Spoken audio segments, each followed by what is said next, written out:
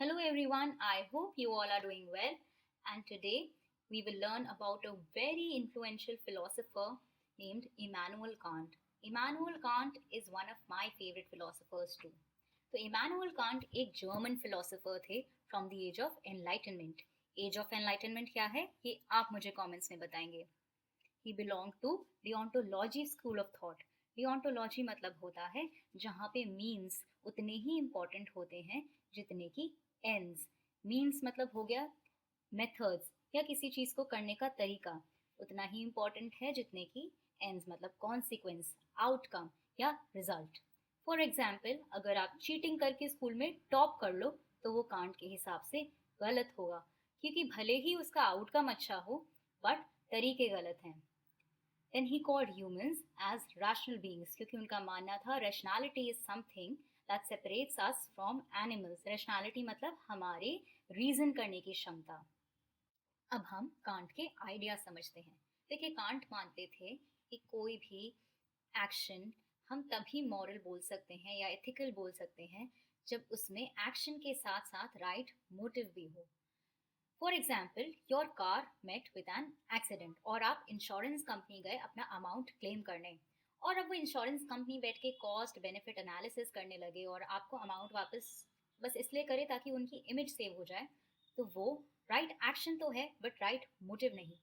But अगर वहीं insurance company आपको आपका अमाउंट वापस करे आउट ऑफ शेयर ड्यूटी, तो वो right action plus right motive हुआ, और इसी को कहते हैं ड्यूटी बेस्ड एथिक्स. फिर कांट ने हमें दो टाइप के इम्पेरेटिव्स में फर्क समझाया. इम्पेरेटिव्स मतलब reasons. First is hypothetical reason, मतलब कि जहाँ पे रीजन हमारा वर्क करता है as an instrument to achieve a desired goal. For example हमारा रीजन हमसे बोलेगा कि ये चीज़ करो क्योंकि उससे तुम्हें ये मिलेगा. If you want X then do Y. But categorical imperative होता है प्योर रीजन. यहाँ पे फैक्ट्स नहीं चलते हैं. इट कमांड्स अस कि do why because it is absolute, exceptionless, doubtless, categorical and universal मतलब राइट इन ऑल सर्कमस्टांसेस. तो कांट बोलते हैं only that action can be moral which is commanded by categorical imperative, autonomously chosen by us and done with the motive of duty. यहाँ पे autonomously chosen एक हम example के through समझते हैं. एक बिल्डिंग से दो लोग गिर रहे हैं, ठीक है. एक इंसान नीचे है, दूसरा उसके ऊपर गिर रहा है. तो जो ऊपर गिरा इंसान, क्या वो उसकी गलती होगी कि वो नीचे वाले के ऊपर गिर गया? नहीं, क्योंकि वो उसने ऑटोनॉमसली चूज नहीं किया था गिरना. So there are two aspects of categorical imperative. तो कांट बोलते हैं फर्स्ट यूनिवर्सलाइज योर मैक्सिम. आप कोई भी चीज़ करने जा रहे हो आप उसको मैक्सिम बनाओ पहले, कि I will make a false promise to fulfil my needs. अब इसको यूनिवर्सलाइज करते हैं. Everybody will make false promise to fulfil their needs. अब आप देखिए कि अगर ये यूनिवर्सल लॉ बन गया तो सोसाइटी में कोई प्रॉमिस करेगा ही नहीं. ट्रस्ट परसेप्शन गिर जाएगा, लोगों का भरोसा उठ जाएगा एक दूसरे से. तो कांट बोलते हैं जो चीज़ सबके लिए गलत है वो आपके लिए भी गलत है एंड वाइस वर्सा.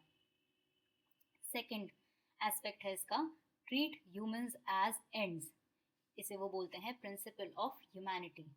क्या मतलब हुआ इसका कि पहले हम डिफरेंस से समझते हैं जो उन्हें पर्सन्स और थिंग्स के बीच में दिया.